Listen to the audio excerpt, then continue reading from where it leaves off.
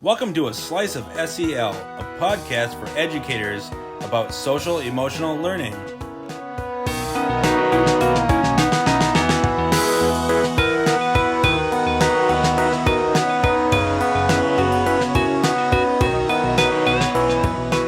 Thanks for tuning in to A Slice of SEL. Welcome. We're the SEL services team at the St. Croix River Education District. I'm Nick. I'm Rye. And I'm Courtney. So just to recap, last week we were covering a skill set that is foundational to so much of what we do in schools: active, intentional, empathetic listening, whatever you want to call it. And if we want to be able to do things like talk to students about tough topics, show up and be supportive adults in students' lives, have one-on-one corrective conversations with kiddos that go well, and more, we need those well-developed listening skills. And this week, we're going to shift to something different. We're going to talk about and give many examples of integrated SEL instruction. And you may be wondering, what the heck is integrated SEL instruction? And it's how we weave social emotional learning into academic instruction and make it part of the whole school day. Don't freak out. Chances are you're probably already doing quite a bit of this. But before we get into that, let's talk about what's filling our buckets this week. I can go first. Tomorrow, we are celebrating my mom's 60th birthday. My parents are officially snowbirds this year for the first time ever, and my mom's birthday isn't until March, but she'll be gone over that, and so we are surprising her at Trollhagen. So she had a date to ski tomorrow, and so I invited all of her friends, and we're all going to meet her on the main plaza at Trollhagen and surprise her, so I'm excited. Oh, that's awesome. That's I'll go next. This is what's filling my bucket, but it'll take me a sec to get there. Christina and I were hot messes in front of our vet earlier this week. We took our two cats in for an appointment, and one of our cats got diagnosed with diabetes. And during that appointment, Christina's car battery happened to die in the parking lot of the vet. So we were, going in and out of the vet's office, putting on our masks, learning how to inject insulin, and also trying to get the car going. And happily, our auto shop is very close to our vet, and the auto shop folks just walked over and helped us charge the car. And so kind, and they didn't have to do that, and it really filled my bucket. It's just nice when local businesses are part of your life and you just see people being really nice to each other. Well, I can go next. I was having a tough time coming up with a bucket filler, full disclosure, this week. Sometimes it's tough, and that's okay. I am happy it's Friday, and I'm also happy that I was able to clean my house in depth this week. And just another example of self-care not always being like spa days and pampering yourself. So just happy that I could, take care of my environment. Made me feel a lot better. Yeah, that makes a huge difference for me as well. When you look around and things aren't organized the way you want them to. It's like this buzz of stress in the background. Mm-hmm. Happy for you, Courtney. Thanks. So to shift to our main topic, integrated SEL instruction, what is it? Well, we've talked before about explicit SEL instruction, and explicit SEL instruction is when we're using an SEL curriculum. It's standalone SEL lessons with a scope and sequence, the whole 9 yards. So, you walk into my classroom during, say, the 30 minutes that we've got scheduled for SEL instruction, and it's really immediately obvious that I'm teaching an SEL lesson. Right. So as Nick said, that's explicit. When we're talking integrated SEL instruction, that's where we're weaving that social emotional learning into other content areas that we're teaching throughout the day. So it's not a competing practice. It's not like, oh, I've got SEL curriculum going, I don't have to mess with integrating this stuff, but it is all important. But you might be thinking, eesh, that's a lot of work. But good news is you're already doing a lot of this integration. Right. So many teachers do a lot of this informally. And the simple next step is often just collaborating. So getting organized across departments or grade level teams to promote horizontal alignment. And in some cases, writing some of these things down to help us be more intentional about it and consistent with it. And in some cases, not all the examples that we're going to read, but in some cases, this might look like throwing an SEL learning target onto an academic lesson plan, and then identifying within that lesson plan the activity that you're going to do to weave that in. And some of the examples we're going to read, like I said, that's going to lock in and you're going to see that connection. So we're going to go through a bunch of examples of what this can look like. And the good news for us is that we didn't have to come up with these. Minnesota has state SEL standards. And fortunately, our standards include a bunch of examples of activities that schools can use to weave these standards into our academics. Yes, grateful for that. Remember that our state SEL standards fall into 5 areas. So number 1, self-awareness. Number 2, self-management. Number 3, social awareness. Number 4, relationship skills. And number 5, responsible decision-making. And we're only going to get through self-awareness today. So stay tuned because over the next 4 episodes, we're going to cover the rest. So we're going to run through these examples by grade band, starting with K through 3. So if you don't teach K through 3, we would just suggest that you look at the time codes in your podcast app and skip ahead. Just a little tip. All right, so let's get rolling. So for K through 3, we're going to read a benchmark and then an example of an activity and then just kind of chat about it. So one benchmark for self-awareness for K through 3 is identify family, peer, school, community, cultural, and linguistic strengths. And one activity for how we can weave this in is students completing an art project to celebrate things they love about their family or their community. And I love art class. I adored it every grade I had it growing up. And I'm extremely partial to drawing and painting. So those are the first things that I think of when I read this activity. But I'm sure there are also some other creative things you could do besides drawing and painting to help kids, again, kind of express the strengths that they see in their family or their community. The next one is identify positive and negative emotions. So an activity for this one would be a school ride reading of How Full Is Your Bucket? Now that might sound familiar, but it's just a good example of ways that students and their peers can do positive things that will fill their buckets. Yeah, and just a shout out to Lori Schmidt. She's a librarian at East Central Elementary School, very passionate about SEL. And she's talked to me several times before about SEL storybooks. And I know they have a cart and a resource library for teachers to use SEL storybooks. And she taught me the phrase mentor text, which I'd never heard before. But that's where you use a text for different purposes. And it's like a model that students can use for good writing skills. You know, you read a text more than once and it's a good model for them when they're writing stuff, but it also is, you know, reading that text and looking at it through the lens of SEL.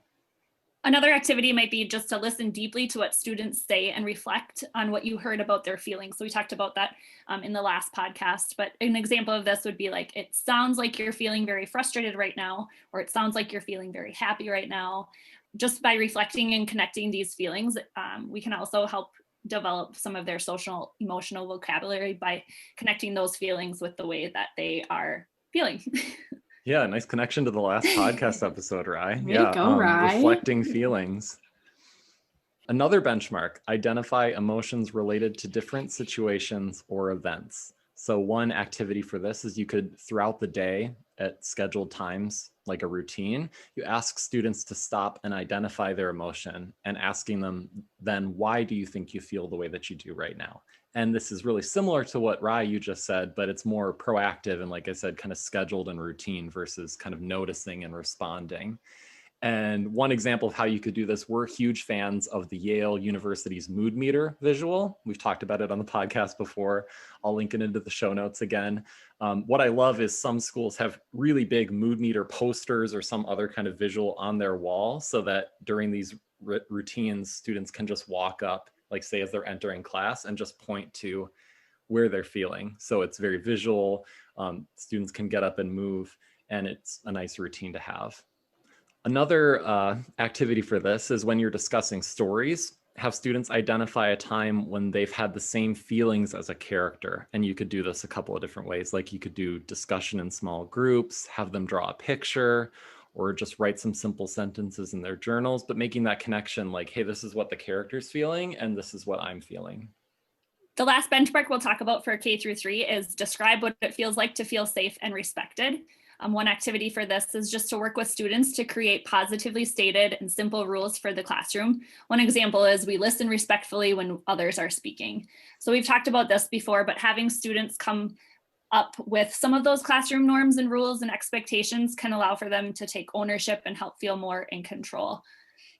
Yeah, and there's different ways to do this, and we've covered this before, so I'll just kind of skim it. Like in responsive classroom, it's very similar to what Rye you just described, kind of like from the ground up, grassroots, we just come up with our rules and expectations together, and you could call it like contracting or something else as a class. In schools with PBIS, this sometimes looks a little bit different. Like say that as a school, you've got like safe, respectful, responsible, and those are kind of like your buckets for your expectations. And in the hallway, we've got, hey, this is what safe looks like, respectful, responsible. And then when we step into the classroom, some teachers will take those three, like say that it's safe, respectful, responsible, and they'll ask like, well, what could safety look like here with us? So it's just kind of a frame, but you're still eliciting it from the students, the specifics. And some people, if say that we've got like classroom rules established across all classrooms, so we all already have our classroom rules set up. One thing schools have done is before they review those with kids, they'll say, okay, safe, what do you think that should look like here? And they elicit that student input, like what does safety mean to us? What should it look like in our classroom? And then they will put up the pre-established expectations for safety, and they'll just make those connections between what the students just said and what was already established. So it just depends. There's pros and cons to each of those things I talked about, but getting that student voice involved is a great activity. Okay, so we are shifting to grade band 4 through 5. So the first benchmark we're going to chat about is develop more complex vocabulary to communicate their emotions and feelings. So one activity for this is providing vocabulary words. Some examples like thrilled, elated, mournful, rejected, disappointed, or irate, and having students practice those words in their writing. And write, like the reason why the benchmark says more complex is because when we are in lower grades like K through 3, we use simpler words like happy, sad. And when we get to 4 through 5, we start to get a little bit more sophisticated with those.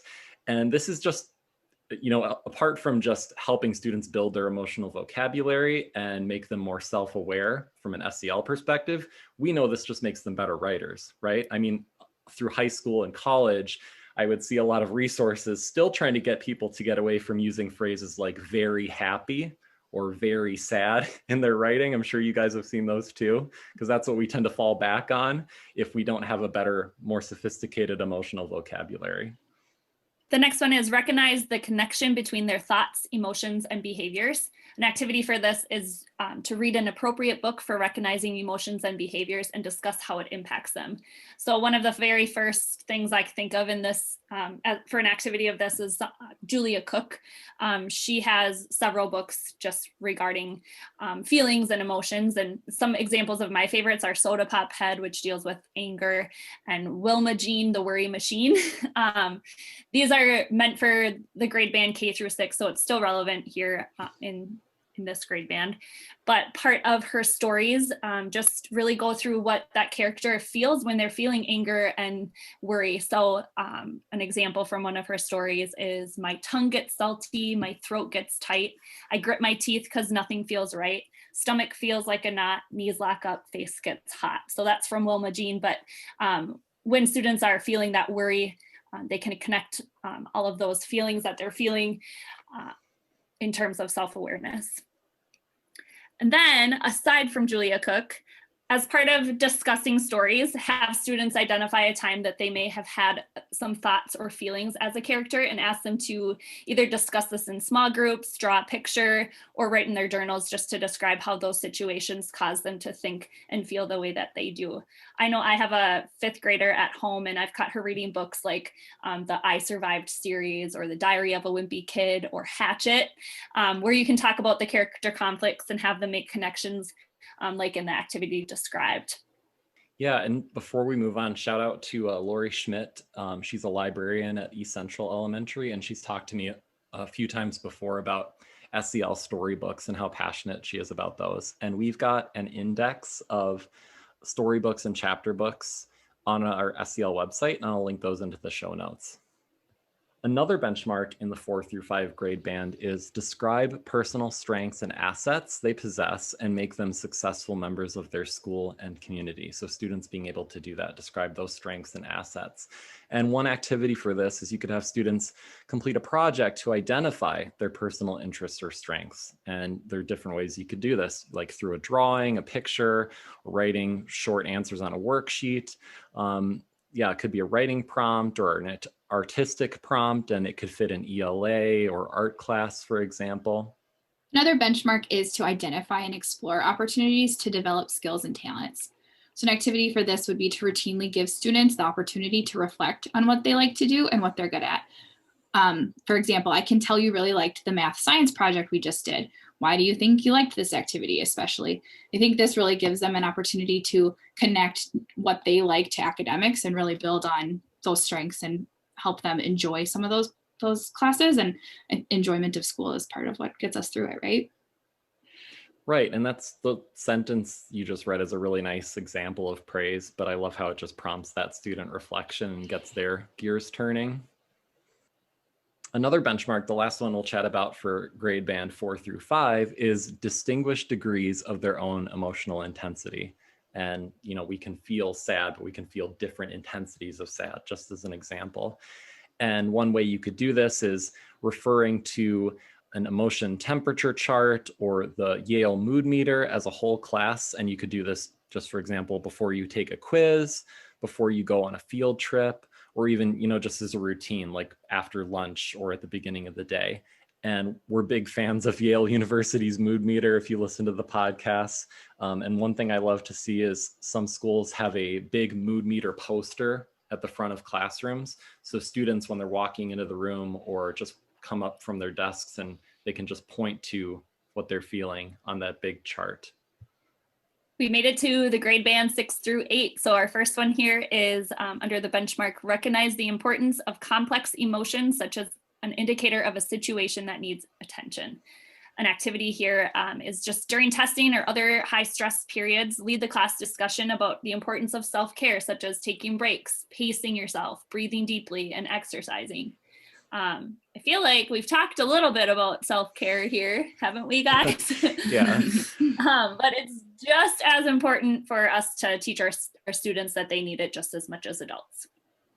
Right. And the Calming Strategies Toolbox on our SEL website is a collection of the things that you just mentioned as examples, Rye, and more. And a great feature of that, it has short videos, so I can just pull it up on a smartboard, click that button, and start my short little video.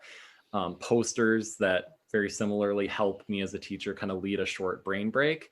So it is a thing that you could leverage to have short brain breaks, or just during that discussion of like, hey, we're about to have a test. Some people get really stressed out before we have tests, and like, these are some things that we can do.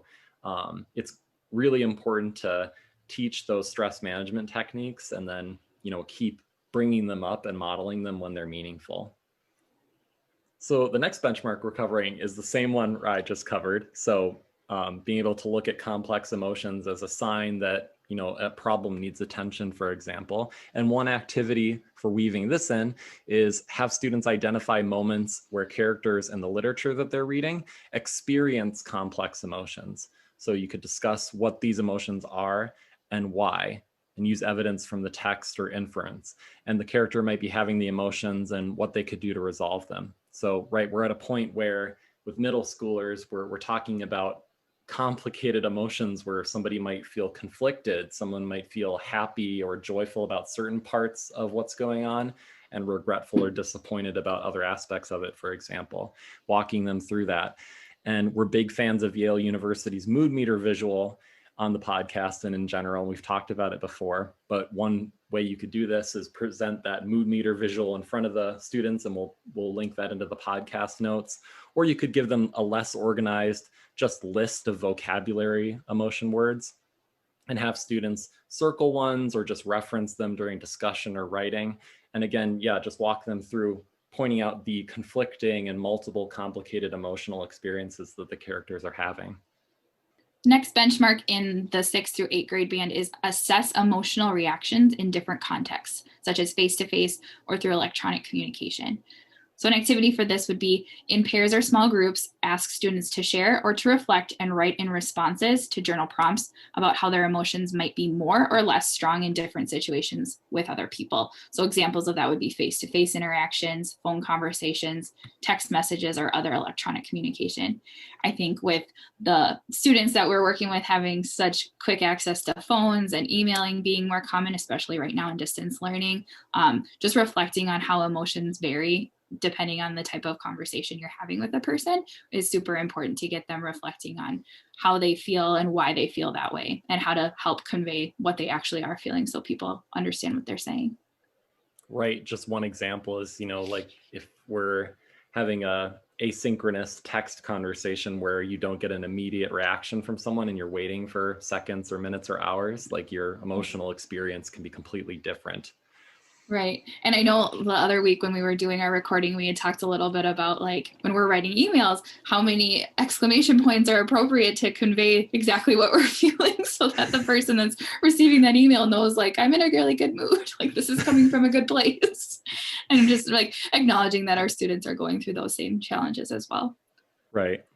The last benchmark we're going to talk about for these 6th through 8 middle school grade band is self-reflect to recognize their strengths to meet a need or address a challenge. And an activity, an example of how you can weave this in is routinely providing authentic feedback and asking questions that help students reflect on their strengths and interests. And this could sound like, I can tell you're really enjoying this story. Can you tell me about what part of this is making you feel motivated? Or I can tell you're really proud of how you did on this project. Can you tell me about it? What about it you're most proud of? And I love that those are examples of high quality, meaningful praise. Like the student is going to feel seen, you notice something about them. And it also prompts them to just reflect and get the gears turning to think about their own strengths and their assets. Okay, we are shifting to the 9 through 12 high school grade band for SEL standards and benchmarks. And the first benchmark we're going to chat about is realize the level of control they have over their own lives and act accordingly. That's one I'm still working on personally. Before a new unit, this is an example of an activity to how to weave this in. So before a new unit in any content area, you could ask students to write a short essay or just a paragraph, take a minute or two, about what they hope to get out of the time that they're going to be spending in that classroom working on this topic. So it's like setting an intention. And you, listener, may have attended a training session that you're not looking forward to. I know I've had that experience. And one thing you can do ahead of time is like set an intention. And that could be like, I'm going to help others who are here, or I'm going to practice patience. And having students do this before a lesson, we know that they're not immediately going to see every piece of content and every unit we cover as relevant and get excited about it on its own. But we can prompt them to think about like, I'm going to be here in the classroom. How can I make it relevant to me? And it could be like, I'm just going to work on helping my friends who are in this classroom and try and be helpful, or I'm going to work on practicing patience, something else, but getting them to think about their own connections to the material. And that is a big ingredient of intrinsic motivation. The next benchmark is to distinguish emotions one holds from how others expect them to feel. So an activity we could do here is in pairs, small groups, or individually, ask students to reflect in journal prompts about how others may expect them to feel in certain situations and how that might be different from how they actually feel. And I think about students coming from different backgrounds, and I think about the different experiences that they might have had.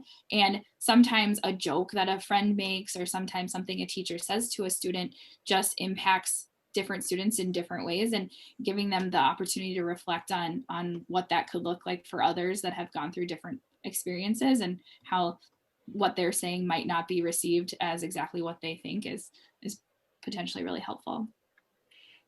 Yeah, great example. And the next benchmark we're going to chat about is describe how external events or internal thoughts can trigger multiple emotions.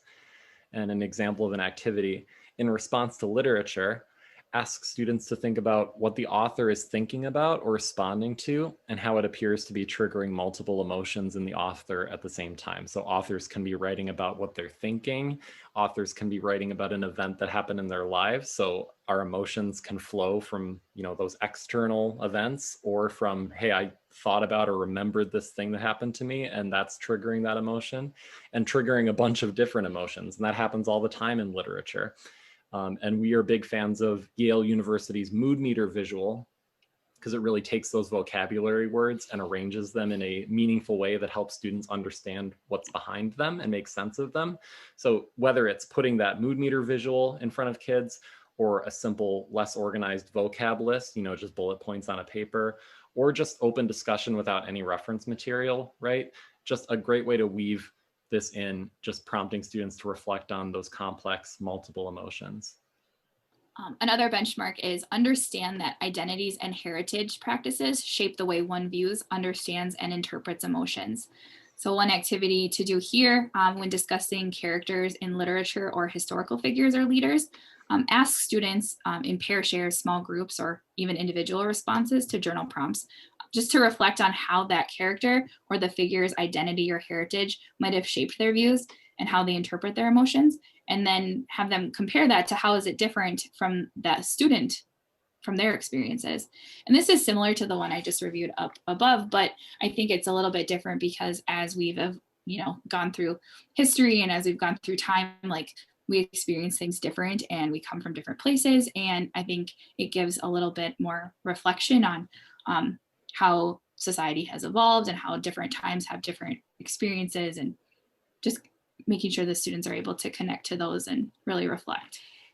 Yeah, and I think this is a great example of how equity and diversity are hand in hand with SEL, and very much part of it, building that understanding through kids' self-awareness of their diversity and what makes them unique, and appreciating differences between people. Absolutely. And our last benchmark that we're going to go through is analyze how personal qualities help to contribute to community and family based on identified interests and strengths. And this one's super simple activity that you can do, just encouraging students to sign up for school activities.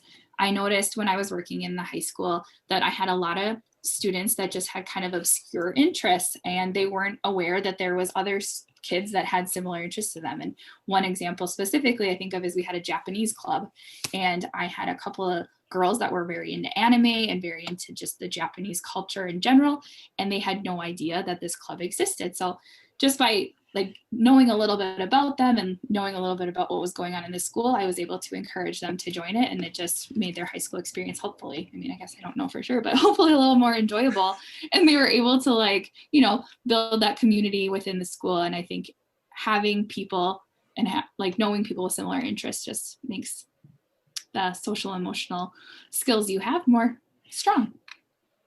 And I think this, as we go into the other competency areas, not just self-awareness, joining activities, doing community projects and such is going to come up repeatedly. And this reminds me of that part of the Office episode we talked about in a previous podcast, where they're doing workplace wellness day, and someone's presenting and they're saying yeah, you should get up from your desk and get your eyes off the screen for about 5 minutes every hour, and get up for your circulation and walk around 5 minutes every hour. And Michael Scott is well, that 5 minutes here, 5 minutes there, that really adds up. That's half an hour every hour. And they're take them at the same time.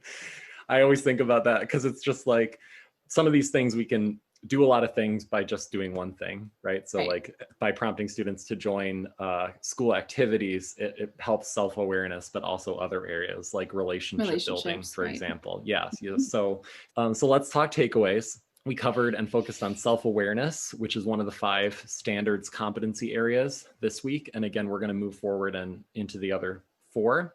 But self-awareness means being able to recognize our emotions, our thoughts, our values, and how they influence our behavior. It means we're aware of our strengths and our limitations, and then learning to approach new things with a growth mindset. It's also about being aware of our rights and responsibilities. And learning those concepts doesn't just happen when we have scheduled time with an SEL curriculum. We can weave it into the whole school day. And depending on what grade level you teach, when you were listening to this you might think if you're an ELA teacher or a social studies teacher in those departments that we're really picking on you. And if you're teaching math, for example, you might think, oh, I got off with some pretty light work this time because I know we focused on ELA and social studies quite a bit in our examples. But rest assured, as we hit the other competency areas, we're going to bring in more content areas, especially with responsible decision making, for example. There's a lot of overlap between things we learn in math class and how we make decisions. Thank you so much for spending time with us today. Make sure to subscribe. And if you're on YouTube, click the bell so that you're notified when new episodes are released each week. We'll see you when you come back for another Slice of SEL. Thanks, guys. Bye. Thank you. Bye.